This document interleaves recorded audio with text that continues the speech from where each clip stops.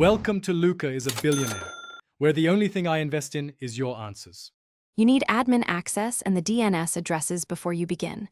Power on the router and connect your laptop via Ethernet for stability. Wireless works, but avoid interruptions. Open a browser and enter the router IP, then log in with admin credentials. If you changed the password earlier, use that, otherwise use the default. Decide whether you want public DNS like 8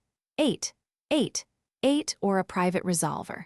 Once logged in, make sure to navigate immediately to the network or internet settings to start changing DNS. Once in the admin interface, go to Advanced Settings and open the WAN or Internet panel.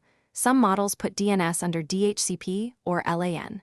Find the DNS control and change it from automatic or ISP assigned to manual or custom mode. Enter the primary DNS IP in the first field and a secondary in the second field for redundancy. Double-check each octet to avoid typos. After input, click Save or Apply and allow the router to commit changes. This may briefly interrupt connectivity. Finally, verify settings persist after a refresh. After applying changes, flush the DNS cache on your computer and reboot devices so they request the router's new resolver. Use ENS-lookup or ping against a domain to confirm the router returns the expected DNS server and correct IP addresses.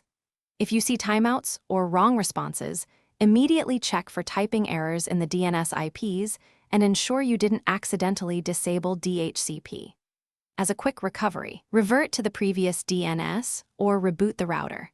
If problems persist, power cycle the modem and router together to reset network state.